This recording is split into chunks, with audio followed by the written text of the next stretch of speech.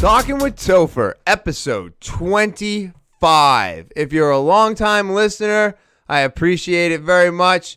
And remember to spread the word. If you're a first-time listener, remember to subscribe and hit those like buttons. And let's get into it. All right. So I am very excited to be back. Last week was a little crazy. I had deviated septum surgery. I put together some short videos of the podcast room getting changed over from a computer room. I put out a video on my COVID test experience and a little bit before and after surgery. I hope everybody enjoyed those. If you haven't seen them yet, go back and check them out. This podcast has changed dramatically in the last 6 months. I went from doing this in my living room to now having a full room dedicated to just this. So it's really grown, and I have all of you to appreciate and thank for all of this. I want to tell you about Slow Down Clothing. This stuff's awesome. Look at these prints. You see these prints? Hold on. That's right. These prints, if you're not watching this on YouTube, then shame on you, because you are just missing the picture. Ha! So let me tell you about Slow Down Clothing. Slow Down Clothing is an amazing clothing line. They have wonderful prints, full colors, and they are just awesome. Then you can get yours at slowdownClothing.bigcartel.com. That's slowdownClothing.bigcartel.com. That's slowdownClothing.bigcartel.com. Go there, check out their wide selection of many beautiful prints on different fabrics. You've got full sleeve jerseys, you've got short sleeve logos, you've got hats, you've got kids, and you've got women's leggings. And don't forget about, of course, your gator. That's right, they got neck gaiters too. So if you want to protect yourself from coronavirus or help cut down the spread of it, you can get your Slow Down neck gaiter today. I absolutely love these shirts. Go there, check them out. Again, that's slowdownclothing.bigcartel.com. That's slowdownclothing.bigcartel.com. I don't think we talk enough about anesthesia and how it affects us and how we feel before and after. I also don't know how long it actually stays in your system. So I probably should have done a little bit of investigating before getting into it, but this is how I do the podcast. I just turn the camera on and we see what happens. That's what I do. I haven't come to a decision on having a structure for this thing. So I don't know if I need to right now. You know what I mean? So I'm just I'm gonna run with it. So my anesthesia experience was what it was. It was my own. So I was sitting in the hospital. They come in, anesthesiologist. We chit chat. He asked me if I take any drugs or anything that's not prescribed by a doctor or that I can't get over the counter. And I let him know that I smoke pot every day. And this is what makes me realize that marijuana is nothing like what we were told it was when we were kids, or what our parents thought it was when they were growing up. And it has just gotten a false claim since the beginning. And I know that we're all waking up to this and realizing it. I just think it needs to happen a little bit faster. But I looked at him, told him I smoke pot every day because he asked me how often. And then he asked me if I had smoked before surgery. And I told him I had. And he said, looked right at me and he goes, "Oh, that's good. You're going to be easy to knock out then." So if that doesn't tell you that marijuana is not a dangerous substance, I don't know what does. Because if I had named anything, even aspirin, to him, I would have not had that surgery. So I just wanted to kind of point that out. I just think this whole thing with certain states being legal and other states only being medical and not making it legal is just stupid. And the federal government really needs to step in and just legalize this across the board so that we can be done with this BS that has been going on for way too long. But anyways, so back to the anesthesia. So doctor asked me that question. I gave him that answer. He says, good, you're going to be easy to knock out. Nurse comes in. She goes, I'm going to give you a sedative. It's going to help you relax. I said, okay. And I got ready to be, shot up with a needle. And she goes, okay, you're all set. I'm done. And I was like, but you didn't stab me. And she goes, no. We put it in your IV. I'm like, what? So they roll me out, and I get to the room, and I literally remember probably 30 seconds after that. I remember being rolled into the room, seeing where I was going to be operated on, and the next thing I know, I'm waking up what I'm going to have to assume. Well, I went in, I got rolled into that room around 3:30-ish.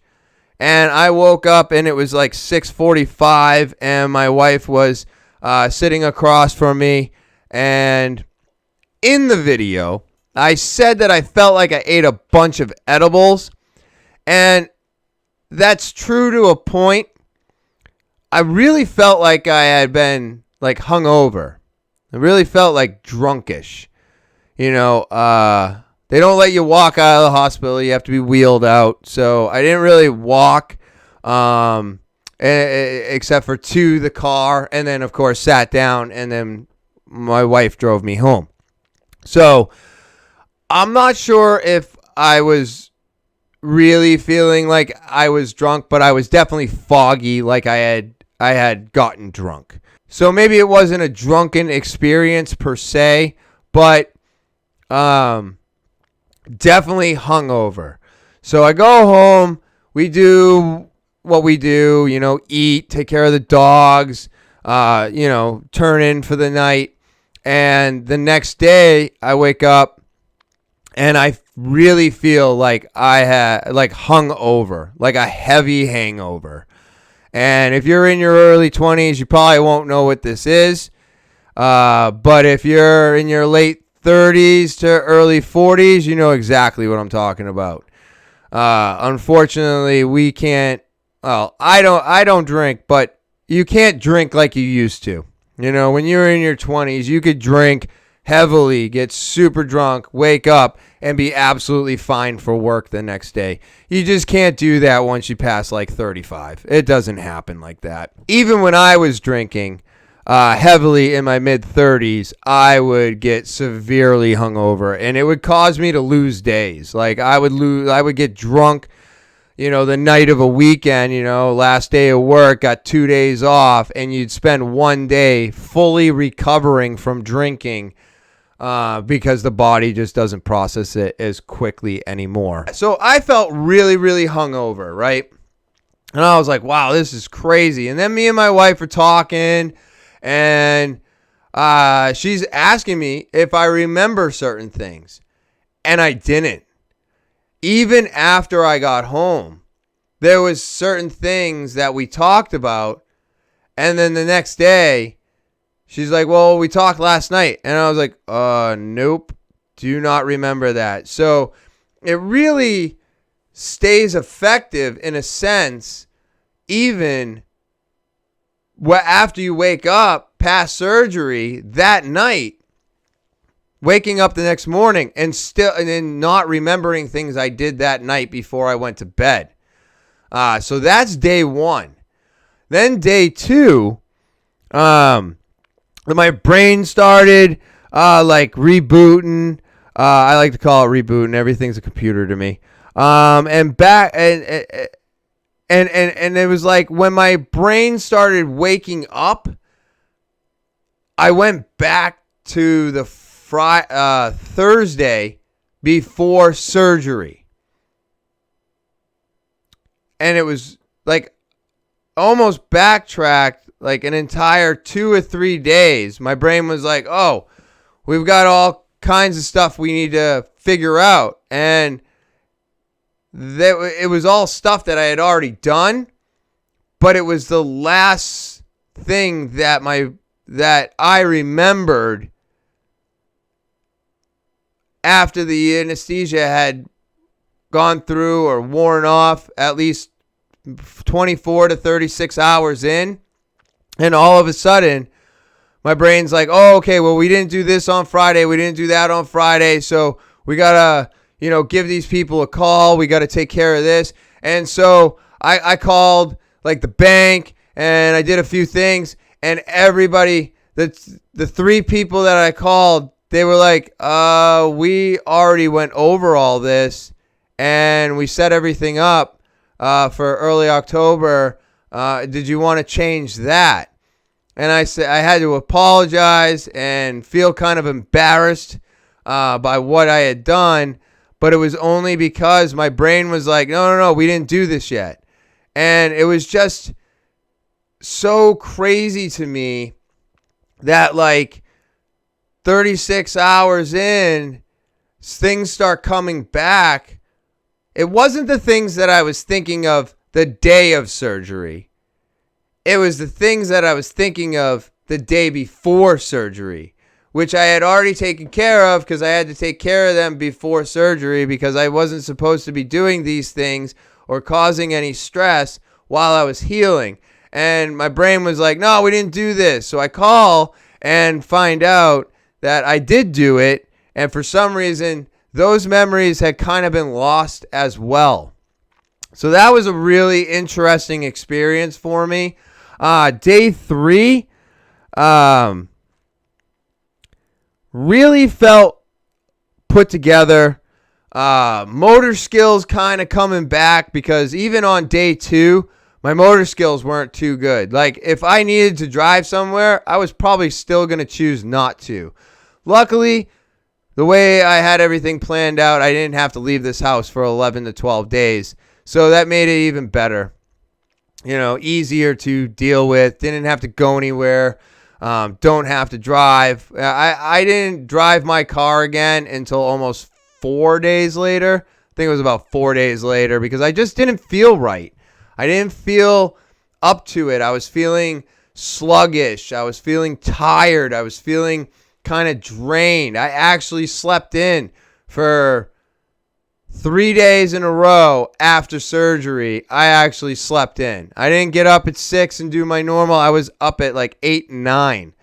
And I think that has to do with the anesthesia and the simple fact that my body needed to recover because I had just had surgery.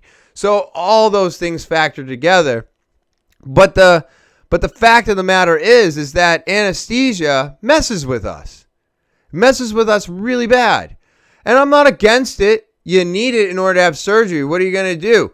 Sit there on the bed or sit there on the table while somebody's operating on you and not be asleep? That sounds, like the early 1900s. So that's not something I want to do. And I'm not saying that anesthesia is a bad thing. I just wish I knew more about it. And I didn't think to go and check these things out. And I didn't think to look into anesthesia and how it affects the body and how long it lasts in the body. So that's why I'm kind of going over how I felt with the anesthesia. Because,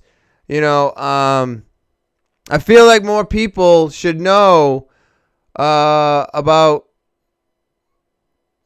this, about how it feels, about what you're going to go through. And it's really not that scary. I guess a lot of people get real worked up before surgery. The nurse told me she was very surprised at my heart rate being so low and for me being so calm before a surgery. So that was interesting. Day 4 to 5, I really started feeling like myself again. My brain was running and it was doing what it normally did. I wasn't foggy anymore. I was all up to date with everything. I was really, really starting to come together and seeing the end of the anesthesia road. Yeah, and I was more capable of actually sitting down in front of a computer. I was capable of editing video. I was capable of surfing the net, which was something that wasn't really easy for me to do when the first couple days.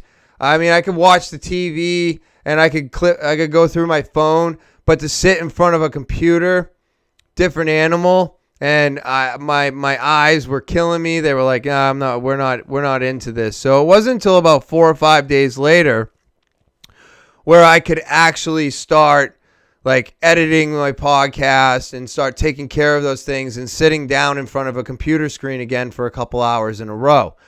So it was really, really interesting how it affected me. I wanted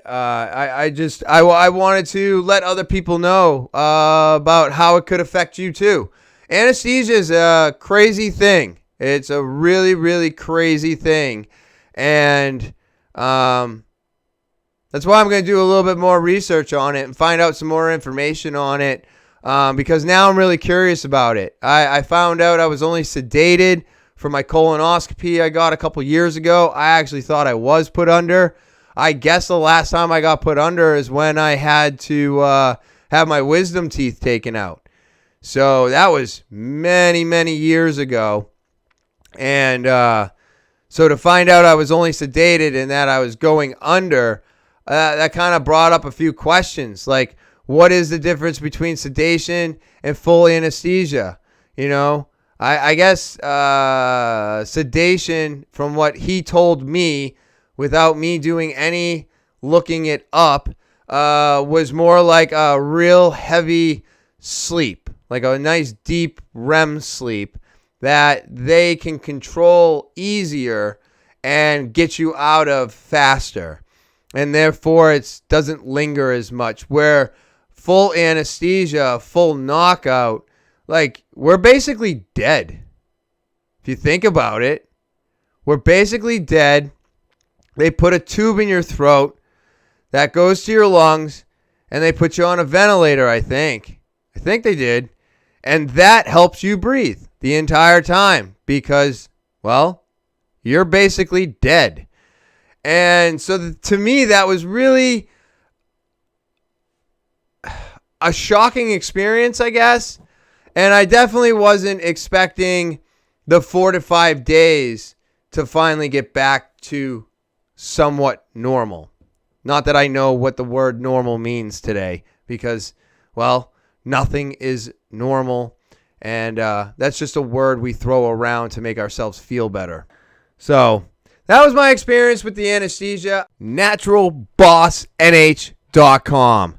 This company is awesome. You go to this website and you're going to get one of the best hand sanitizers I've ever used. This is an amazing product. This hand sanitizer is in my car. It's in my house. It's everywhere I go. And really good news, right now this product is on sale.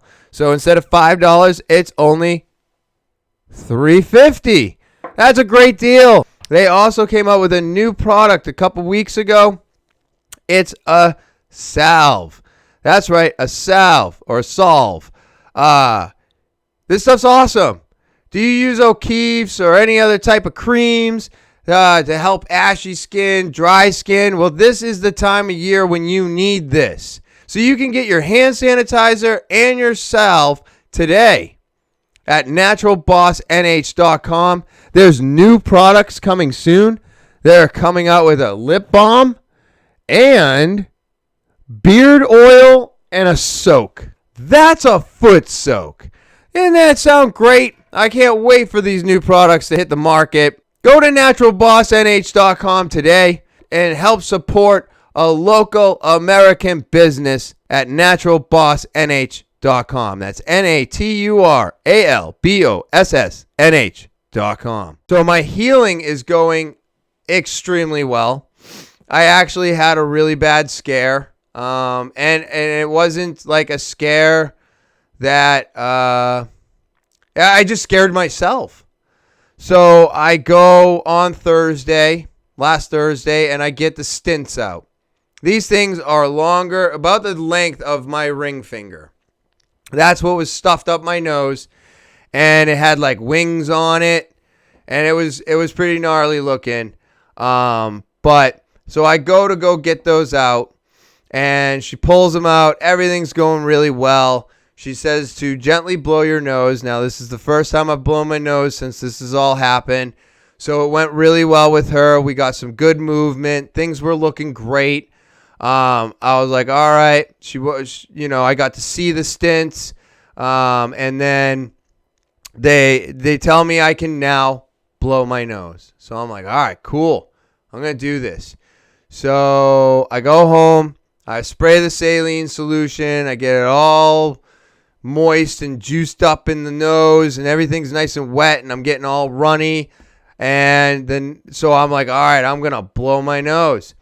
So I go to blow my nose, and one of the things that they told me was do not manipulate your nose. Don't block a nostril. Don't push on one side to the other. None of that. Just put the tissue there, blow into it gently, let both nostrils do what they're going to do. There's the problem. I go to blow my nose, and your brain tells you, this is how I've always blown my nose. So we're going to do this. But you're trying to tell yourself, no, I can't do this. They told me not to. I have to do it this way. But for some reason, the memory that's been locked into your brain forever takes over and says, nope, we do it this way. And so what I did was I didn't manipulate my nose because I was really afraid of doing that. But I stopped air from coming out of my right nostril. And when I did this, everything blew out the left nostril, which is fine and dandy, but I'm not supposed to be doing that. So now the right nostril clogs up, and I can't breathe out of it anymore. So this sends panic. Because I'm like, oh my God, did I just screw up? Now, I am a person that worries a lot, especially when I've had a surgery done or I've done work with a doctor. We found an issue, and then there's a potential chance I could have screwed up the recovery side of things, which is the most important side of surgery in general, is recovery. If you're not taking care of your recovery, the surgery was not worth it. You screw up your recovery, it just wasn't worth it. That's the easiest way for me to say it to anybody that's listening out there. You got to do your full recovery, and as hard as it is, I want to go on the jiu-jitsu mats. I want to do my shit. I want to go running, but I can't. Can't go running till Friday. Can't get back on the jiu-jitsu mats with a person until the second week of October. So you have to take your recovery very seriously. And I do. This is why I freaked out. So now I'm thinking I fucked up my nose. I busted it. Oh my God. What am I doing? What am I going to do? What am I going to do? I just destroyed all the surgery. This is what runs through my brain. I get to work, and now this is my first day back, right? First day back to work. I'm super excited. We're getting into it. I'm talking to the boss. He's got to go and take care of his shit, and he jams out, leaves me with the shop, and we're good to go. So I get a downtime. I go into the shop bathroom, and I decide I'm going to try blowing my nose one more time. So I don't know if you've ever blown your nose, and like all of a sudden you're blowing, things are moving, and then everything moves to a point where it stops. So like normally you just blow your nose and you push back and forth, and if there's something that tightens up on this side, you can loosen it up. This side will take over, and then you just go back and forth until you get everything out. That's how I usually blow my nose. I do a little blowy, blowy, blowy. And I didn't do that, right? I just put the tissue under my nose, and then I blew out. But I was trying to blow gently, and whatever was inside got to a point, and it stopped. But when it stopped, it didn't allow any air out of either nostril. So I got like a backup pressure. And then all of a sudden, it came loose. So I'm blowing, I'm blowing into it, and and then it stops. So I give it a little extra, and it just like everything came out like super hard, super fast, sent a crazy vibration down my nose. The roof of my mouth and the front of my front teeth were in such pain from the vibration that just went through my face because of this, that I literally almost dropped to the floor, finished cleaning my nose, and then thought to myself, I really think I just fucked up my surgery. So now I'm panicked. I get to my phone, I call the doctor, I leave a message, and now I get a phone call back. And the nurse says to me, okay, so are you bleeding? Because I already explained all the stuff I just explained to you to her. And I say, no. I just, there was some bloody movement, but there was no blood. And she goes, okay, I'm going to be honest with you. I'm going to tell the doctor about this. If he doesn't call you back tonight, it's probably not an emergency. And since you're not bleeding, and I go, bleeding? What do you mean? She goes, if you busted your septum again, you would have the worst bloody nose ever right now. And you just told me you're not bleeding. And I go, no, I'm not bleeding. She goes, then I think you're going to be fine.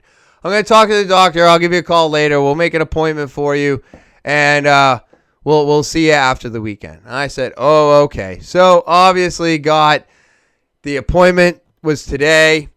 And while the stents were still in my nose, the right side, which is the side that they heavily operated on, was the side that was working. The left side was all clogged up, not doing much. As soon as the stents came out, the right side started closing up, and the left side started opening. It flip-flopped instantaneously. And it wasn't because I blew my nose. It was because my body just does what our bodies do. It saw a problem with the left side, so it shut it down, and it went to the right side and allowed that to work because it wasn't seeing a problem.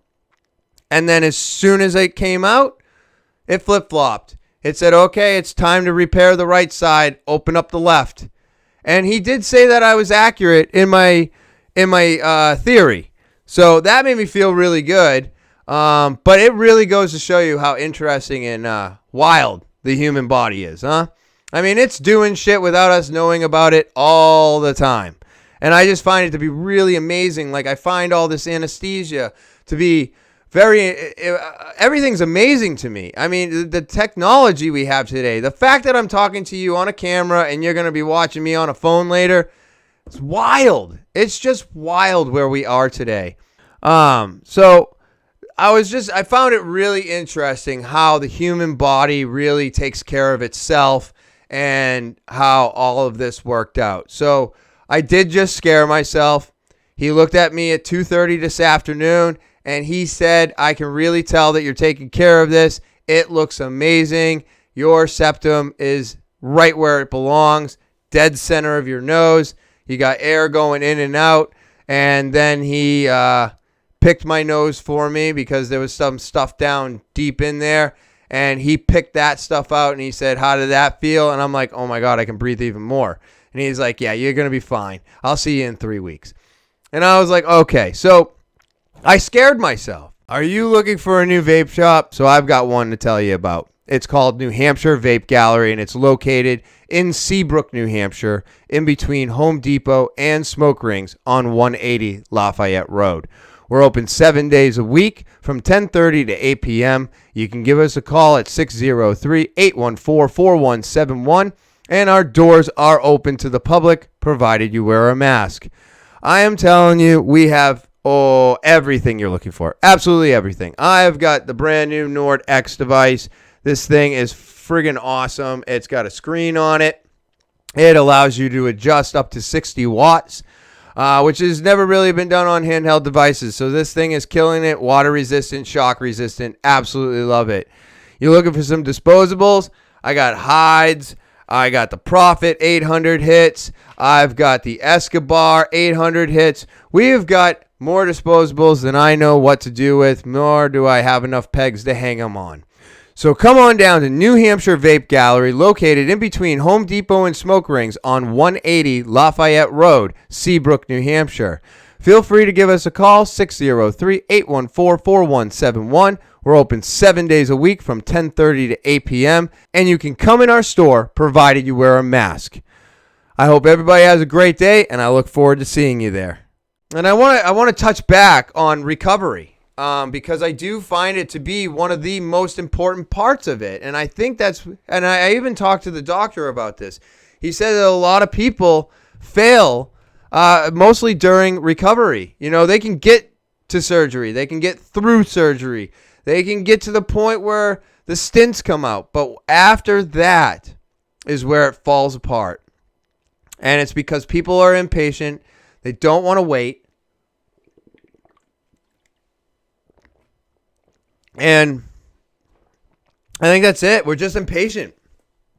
I'm not impatient about this. I won't be impatient about this. I'm very patient. Because these 4 weeks where technically 2 weeks for running, about 4 weeks before I can actually work with somebody on the mats during jiu-jitsu. And I'm just taking my time. There's no rush. Because as soon as I'm 100% healed and ready to do all of those things, guess what I'm not going to have to do unless something comes up or I hurt myself. I'm not going to have to stop doing those things again. So why do I want to rush into something so quickly when they're going to be right there for me in a couple weeks after I'm healed?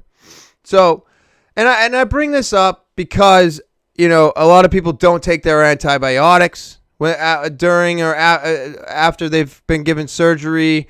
And I'm sure there's many reasons for that, but I'm against any of them. I don't like taking antibiotics. I know what they do to my stomach. I know how bad they are.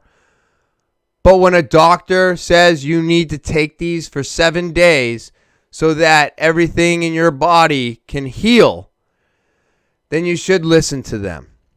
And I did. I felt like crap. I felt like crap off of my antibiotics. They just don't make you feel good. They don't. They fuck with your gut biome. They just mess with you. They make you feel off. I felt just really, really off and sluggish on them. Obviously, I hadn't been taking my supplements either up until the surgery, so I was only like a day or so in taking my supplements again and all my vitamin Ds and all this other stuff. So I need to put those into my system for at least a week or two before I start feeling those 100%. And now I've got antibiotics on top of that. And then once the antibiotics end, you got to keep up with the vitamins and the flushes and then just keep everything going to help the antibiotics to finally get out of your system. So I get cold sores. And it's very unfortunate and I hate it and it's obnoxious. And the antibiotics, I have not had a cold sore in, almost 3 years. 3 years. I've been doing great. Ever since I got on this diet, ever since I've changed everything, ever since I've been working out more, figuring out how to let go of my stress, working on myself in general and just making things better, I have not had one cold sore. Not one. And then as soon as I'm taking antibiotics, my body goes, maybe it's our time.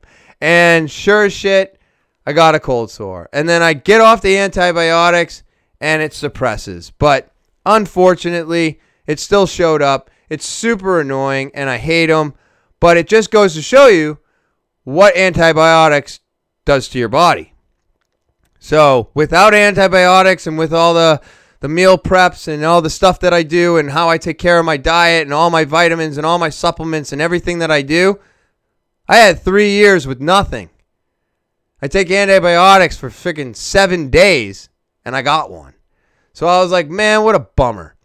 So it's just one of those things. You got to take your antibiotics, whether you want to or not. You got to take those things because that's going to help your recovery.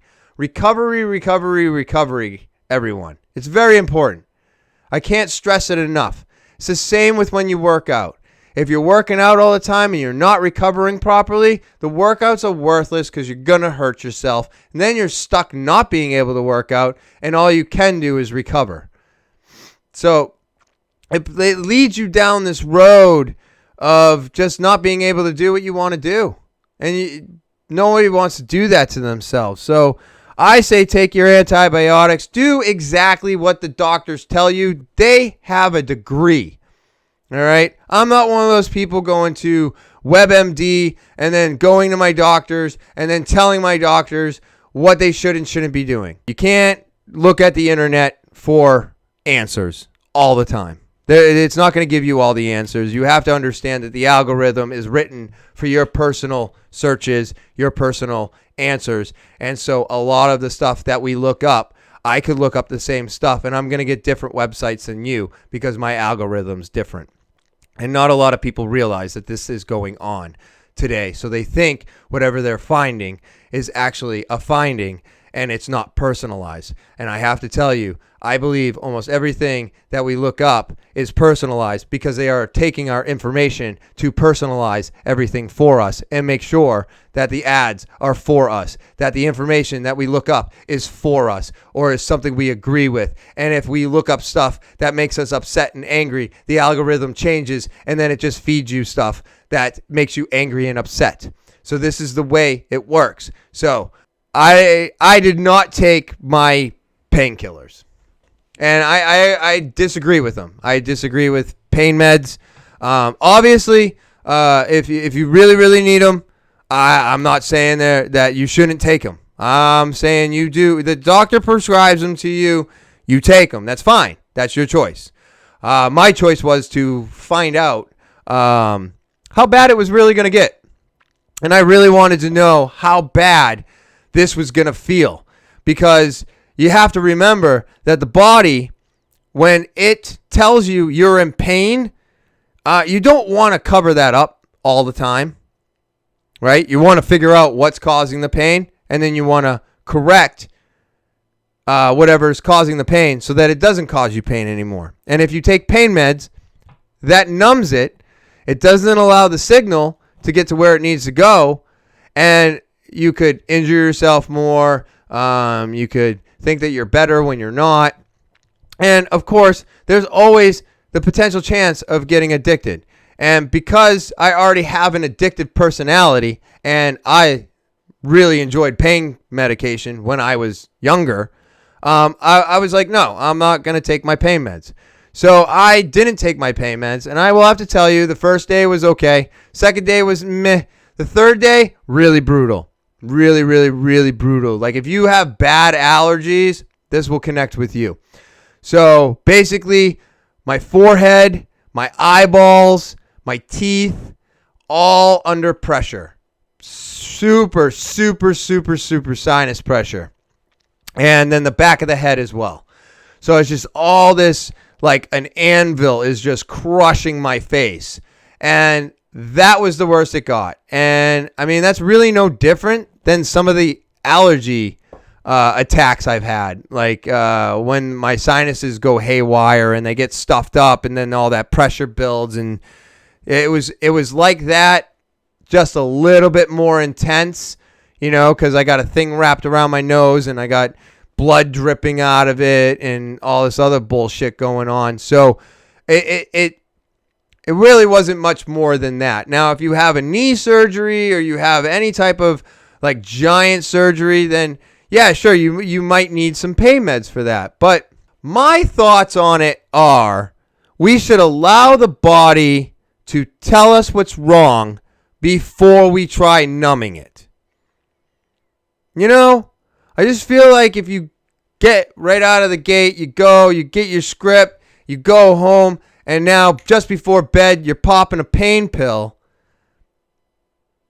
If the pain is keeping you from sleeping, then I guess I can understand wanting to sleep, because those will definitely do that to you. But I don't know, man. I don't know. I just don't know. I'm a different animal. I guess I almost enjoyed the fact that I wasn't taking pain meds. It was almost like a challenge to me. I was like, yeah, I can do this without it. And I was also like, I just do not want to pay $23 for pills I'm going to throw in a fucking trash.